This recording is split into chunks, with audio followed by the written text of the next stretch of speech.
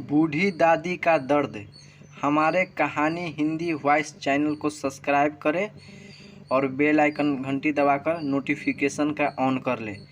नया नया up to date आपका फ़ोन में आते रहेगा। 3 साल हो चुके थे अपने बेटे के घर छोड़कर विदेश में बसे हुए हैं। इन 3 सालों में बूढ़ी माँ और ज़्यादा बूढ़ी हो गई थी। 75 वर्ष की उम्र में सुलोचना देवी की याददाश्त काफ़ी कमज़ोर हो जा रही थी।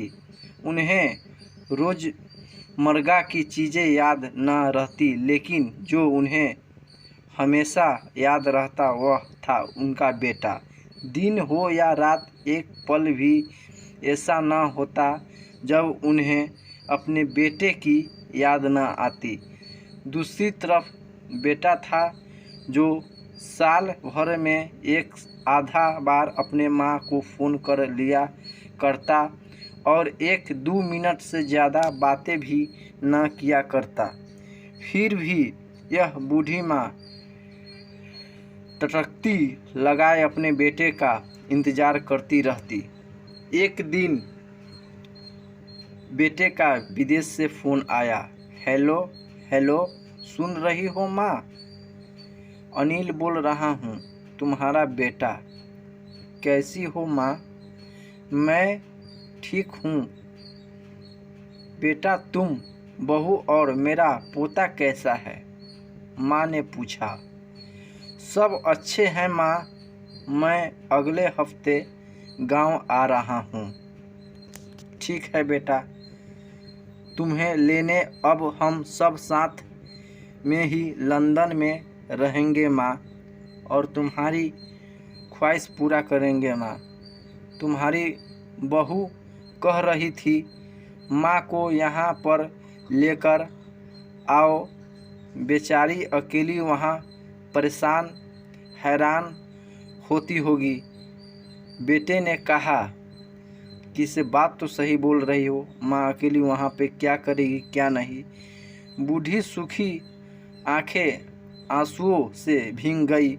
उसके कमज़ोर शरीर के नस नस में खुशी की लहर दौड़ गई और बेटे और बहू का अपने प्रति प्रेम देखकर माँ का दिल मन खुशी से भर आया था। बेटे ने आगे कहा, माँ तैयार रहना माँ, मुझे ज़्यादा दिन तक छुट्टियां नहीं मिली है कंपनी से और ज़्यादा दिन तक मैं नहीं रह पाऊँगा गांव में। जिससे जितने पैसे लेने हैं लेकर रखना, तब तक मैं प्रॉपर्टी डीलर से बात कर लेता हूँ घर के लिए। माँ ने पूछा। हाँ माँ, गांव का घर हमें बेच देना पड़ेगा। अब हम सब शहर में जाकर रहेंगे और साथ में ही रहने वाले हैं, तो वहाँ घर पर कौन रहेगा बताओ? कोई मतलब नहीं है माँ, मेरे बेटे ने कहा। बुढ़ापे की वजह से ठीक से चलने में असमर्थ माँ ने पूरे मोहल्ले में घूम घूम कर अपनी इस खुशखबरी को सबको सुनाया। सभी को खुशी हुई और सबको लगा माँ जी के आखिरी दिन अपने परिवार के साथ खूब खुशी से बिताएगी और खूब खुशी से एंजॉय लेगी।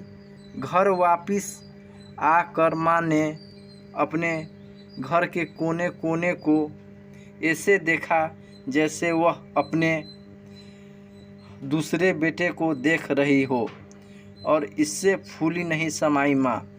देखे भी क्यों ना उस घर को अपने बेटे से कम थोड़ी समझा था, और अपने पति के साथ 40 साल यही तो बिताए थे। इसीलिए हम घर छोड़कर जाने का मन नहीं करता, लेकिन अब मजबूरी थी। बुढ़ापे के आखिरी साल बेटे और बहू के साथ बिताना चाहती थी। दिन भर दिल पर पत्थर रखकर घर बेचने के लिए माँ तैयार हो गई थी। अन्न फन में बेटे के घर को आधे दामों पर बेच दिया। माँ ने ज़्यादा नहीं, लेकिन जिन चीज़ों से दिल लगा था उन चीज़ों को तो दामे नहीं दिया। चीज़ों को समेटा और बेटे के साथ टैक्सी में बैठकर एयरपोर्ट के लिए चल गई।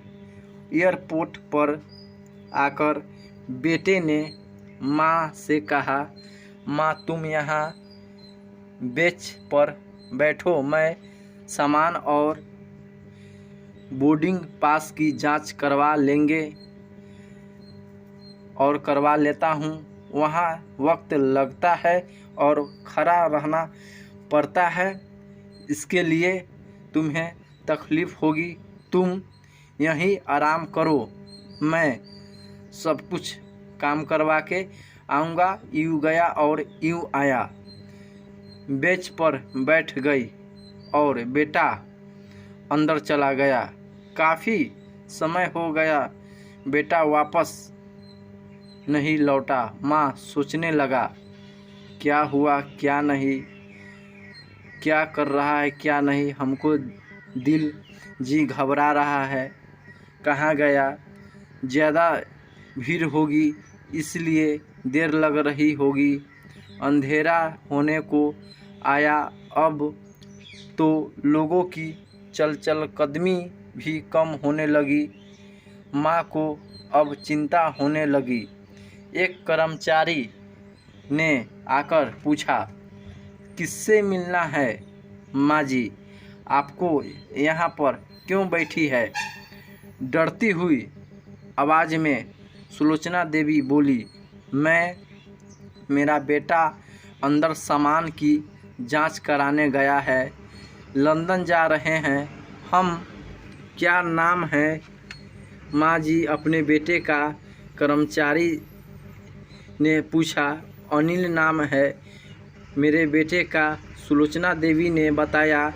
कर्मचारी अंदर गया और थोड़ी देर बाद बाहर लौटा। उसने सुलोचना देवी से कहा, माँ जी लंदन जाने वाली फ़्लाइट तो दोपहर में ही जा चुकी है और आपका बेटा भी उस फ्लाइट में बैठकर लंदन जा चुका है। अब आपके यहाँ बैठने का कोई मतलब नहीं है और आप भी अपने घर चली जाइए। क्या जा चुका है? और ये बात सुनकर और मैं घर जाऊं? घर माँ की आंखों से आंसुओं के सैलाब उठने लगे और तरह तरह के बात सोचने लगे। जैसे तैसे माँ घर पहुँची, जो अब उसका था ही नहीं, बिक चुका था। वो वहीं बरामदे में तुलसी के पास सो गई। घर के नए मालिक को उस पर दया आई तो एक कमरा किराए से उसको दे दिया। पेंशन के पैसे से खाना और किराए का बंदोबस्त हो जाता था। दिन बीतने लगे। कुछ दिनों बाद घर के नए मालिक ने सुलोचना देवी से कहा, माँ जी आप अपने रिश्तेदारों के यहाँ पर जाकर क्यों नहीं रहती है? इस उम्र में आप वहीं अच्छा होगा। अच्छी तो होगा, लेकिन अगर बेटा मेरा वापस आया तो उसका ख्याल कौन रखेगा? मेरा बेटा बहुत भोला है, उसे अपना ख्याल रखना बिल्कुल नहीं आता। मैं कहीं नहीं जाऊंगी, क्या पता कब उसे मेरी ज़रूरत पड़ जाए। माँ ने कहा, दोस्तों सच बोलता रहा हूँ माँ। किसी ऐसी बातें सुनकर मेरी आँखों में आंसू आ गए।